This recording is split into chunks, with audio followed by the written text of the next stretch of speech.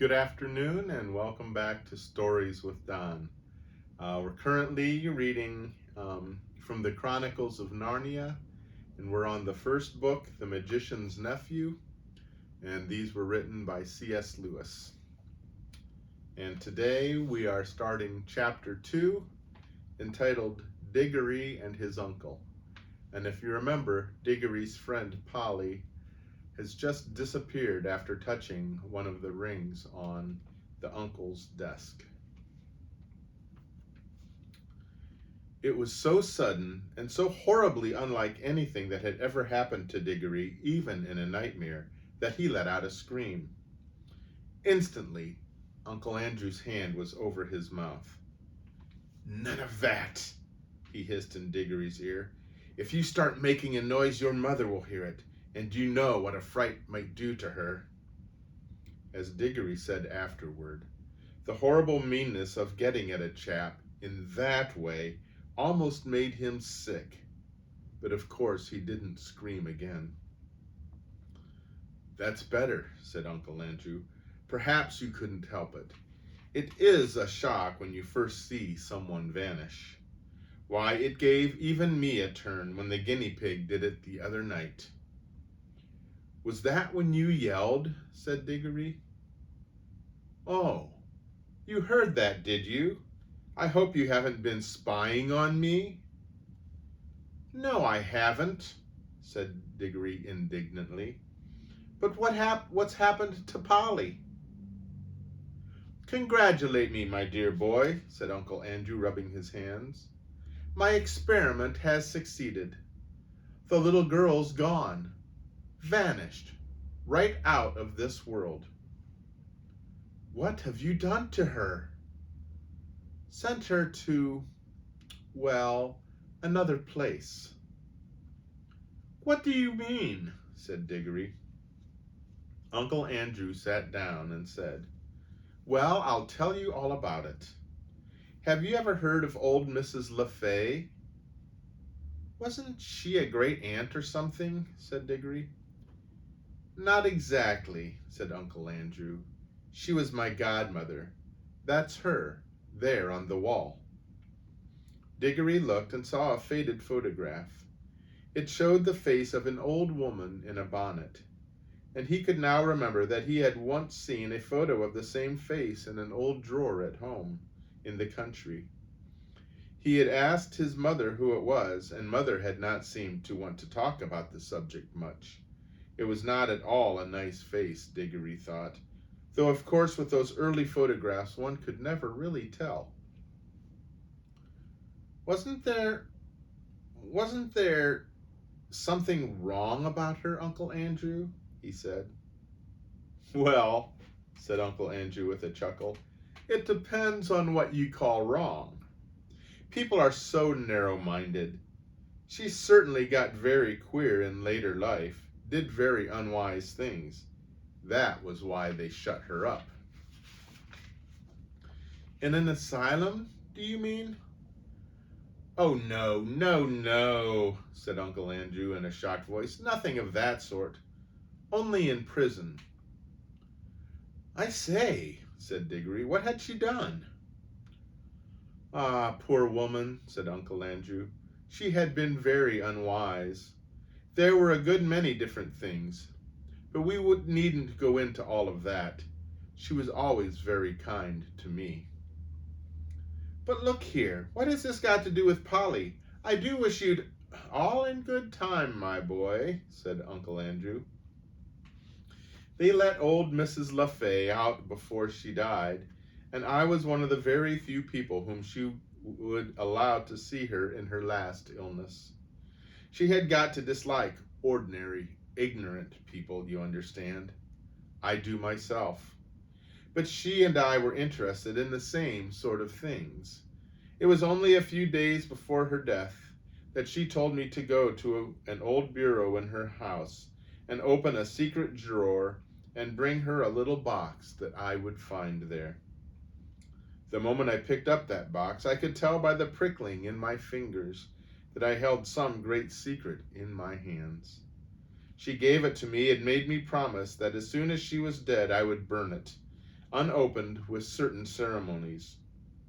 That promise I did not keep. Well, then, that is jolly rotten of you, said Digory. Rotten? Said Uncle Andrew with a puzzled look. Oh, I see. You mean that little boys ought to keep their promises. Very true, most right and proper, I'm sure, and I'm very glad you have been taught to do that. But of course you must understand that rules of that sort, however excellent they may be for little boys, and servants, and women, and even people in general, can't possibly be expected to apply to profound students and great thinkers and sages. No, Digory, men like me who possess hidden wisdom are freed from common rules, just as we are cut off from common pleasures. Ours, my boy, is a high and lonely destiny. As he said this, he sighed and looked so grave and noble and mysterious that for a second Digory really thought he was saying something rather fine. But then he remembered the ugly look he had seen on his uncle's face the moment before Polly had vanished, and all at once he saw through Uncle Andrew's grand words. All it means, he said to himself, is that he thinks he can do anything he wants, anything he likes to get anything he wants. Of course, said Uncle Andrew, I didn't dare to open the box for a long time, for I knew it might contain something highly dangerous.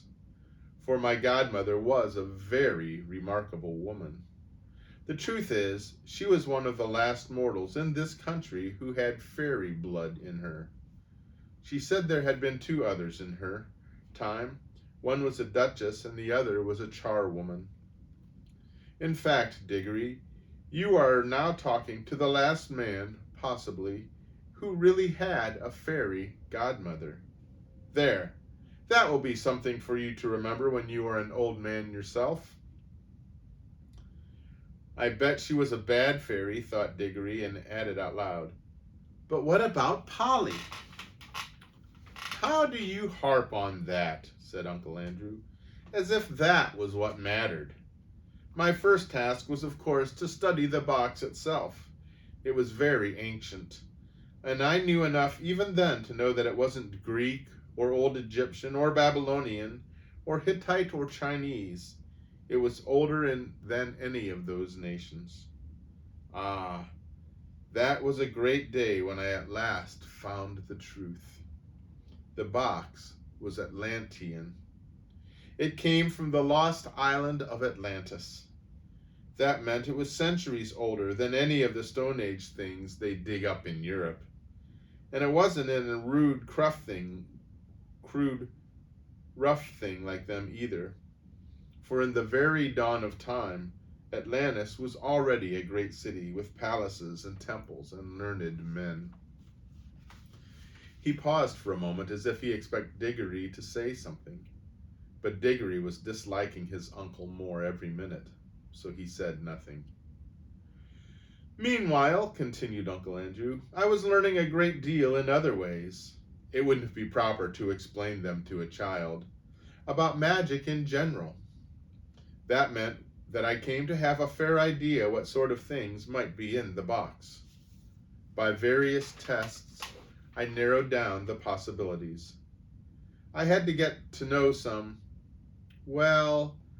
devilish queer people and go through some very disagreeable experiences. That was what turned my head gray. One doesn't become a magician for nothing. My health broke down in the end, but I got better, and at last I actually knew.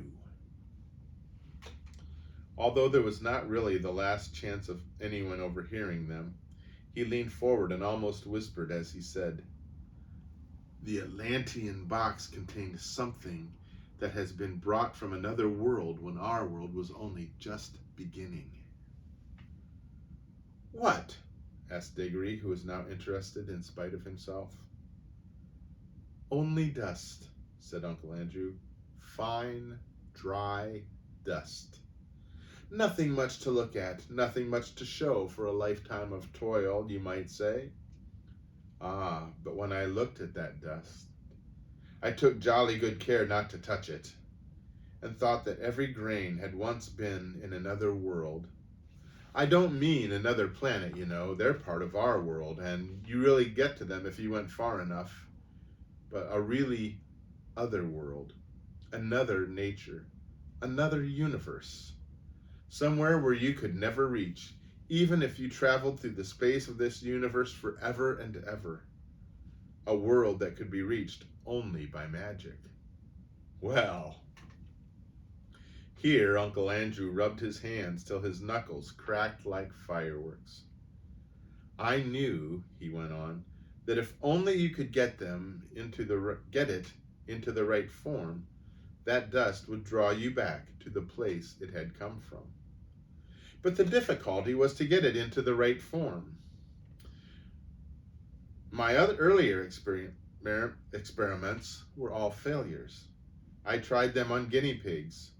Some of them only died. Some exploded like little bombs. It was a jolly cruel thing to do, said Digory, who had once had a guinea pig of his own. How do you keep getting off the point, said Uncle Andrew. That's what the creatures were for. I'd bought them myself. Let me see. Now, where were we? Ah, yes. At last I succeeded in making the rings. The yellow rings. But now a new difficulty arose. I was pretty sure now that a yellow ring would send any creature that touched it into the other place. But what would be the good of that if I couldn't come back to tell me if I couldn't get them back to tell me what they had found there? And what about them, said Digory. A nice mess they'd be in if they couldn't get back. You will keep on looking at everything from the wrong point of view, said Uncle Andrew with a look of impatience. Can't you understand that the thing is a great experiment? The whole point of sending anyone into the other place is that I want to find out what it's like. Well, why didn't you go yourself then? Digory had hardly ever seen anyone look so surprised and offended as his uncle did at that simple question. Me? Me? He exclaimed. The boy must be mad. A man at my time of life and in my state of health, to risk the shock and dangers of being flung suddenly into a different universe? I never heard anything so preposterous in my life. Do you realize what you're saying?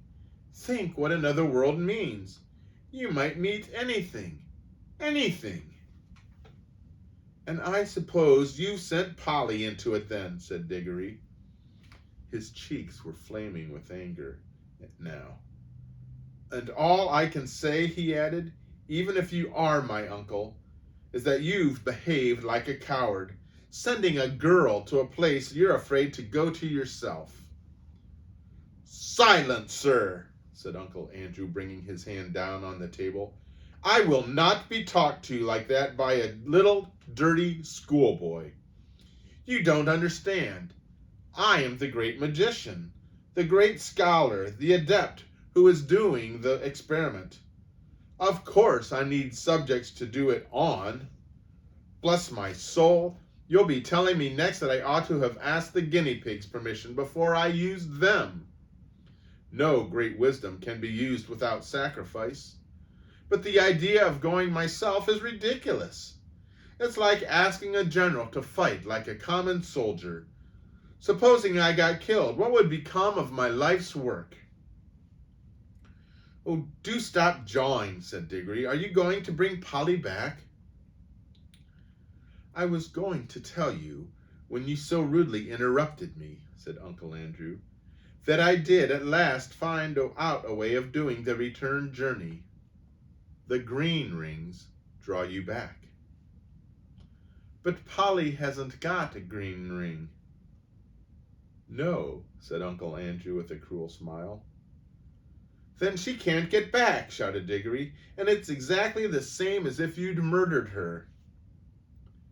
She can get back, said Uncle Andrew, if someone else will go after her, wearing a yellow ring himself and taking 2 green rings, one to bring himself back and one to bring her back.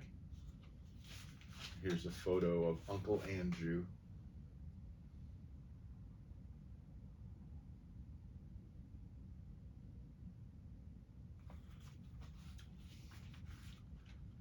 And now, of course, Digory saw the trap in which he was caught, and he stared at Uncle Andrew, saying nothing, with his mouth wide open. His cheeks had gone very pale. "I hope," said Uncle Andrew presently in a very high and mighty voice, just as if he were a perfect uncle who had given one a handsome tip and some good advice, "I hope, Digory, you are not given to showing the white feather. I should be very sorry to think that anyone of our family had not enough honor and chivalry to go to the aid of a lady in distress." "Oh, shut up," said Digory. "If you had any honor and all that, you'd be going yourself. But I know you won't. All right, I see I've got to go, but you are a beast. I suppose you planned the whole thing so that she'd go without knowing it, and then I'd have to go after her." "Of course," said Uncle Andrew with his hateful smile. "Very well, I'll go. But there's one thing I jolly well mean to say first. I didn't believe in magic till today. I see now it's real. Well, if it is, I suppose all the old fairy tales are more or less true. And you're simply a wicked, cruel magician, like the ones in the stories. Well, I've never read a story in which people of that sort weren't paid out in the end, and I bet you will be, and serve you right." Of all the things Digory had said, this was the first that really went home. Uncle Andrew started, and there came over his face a look of such horror that, beast though he was, you could almost feel sorry for him. But a second later he smoothed it all away and said with a rather forced laugh, "Well, I suppose that is a natural thing for a child to think, brought up among women as you have been. Old wives' tales, eh? I don't think you need worry about my danger, Digory. Wouldn't it be better to worry about the danger of your little friend? She's been gone some time. If there are any dangers over there, well, it would be a pity to arrive a moment too late." "A lot you care," said Digory fiercely. "But I'm sick of this jaw. What have I got to do?"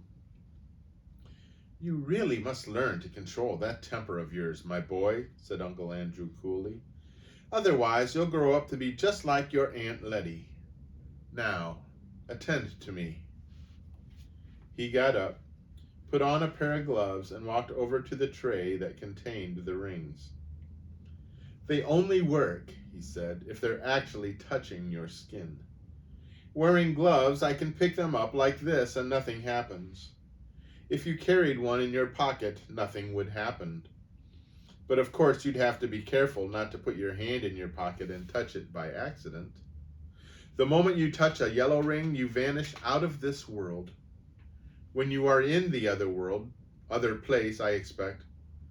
Of course, this hasn't been tested yet, but I expect that the moment you touch a green ring, you vanish out of that world, and, I expect, appear in this. Now, I take these 2 greens and drop them into your right-hand pocket. Remember very carefully which pocket the greens are in. G for green and R for right. GR, you see? Which are the first 2 letters for green. One for you, and one for the little girl. And now you pick up a yellow one for yourself. I should put it on your finger if I were you. There'll be less chance of dropping it." Digory had almost picked up the yellow ring when he suddenly checked himself.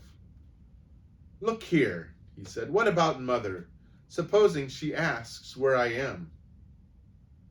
"The sooner you go, the sooner you'll be back," said Uncle Andrew cheerfully. "But you really don't know whether I can get back." Uncle Andrew shrugged his shoulders, walked across to the door, unlocked it, threw it open, and said, "Oh, very well then, just as you please. Go down and have your dinner. Leave the little girl to be eaten by wild animals, or drowned, or starved in the other world, or lost there for good. Ah, if that's what you prefer. It's all one to me. Perhaps before tea time you'd better drop in on Miss Plummer and explain she'll never see her daughter again because you were afraid to put on a ring." "By gum," said Diggory, "don't I just wish I was big enough to punch your head." Then he buttoned up his coat, took a deep breath, and picked up a ring. And he thought then, as he always thought afterward too, that he could not decently have done anything else. And that is the end of that chapter. So we'll have to wait till tomorrow to see what happens with that, where he ends up and what's it gonna be. I hope you have a great rest of the day, that you stay well, and may God bless you. Goodbye.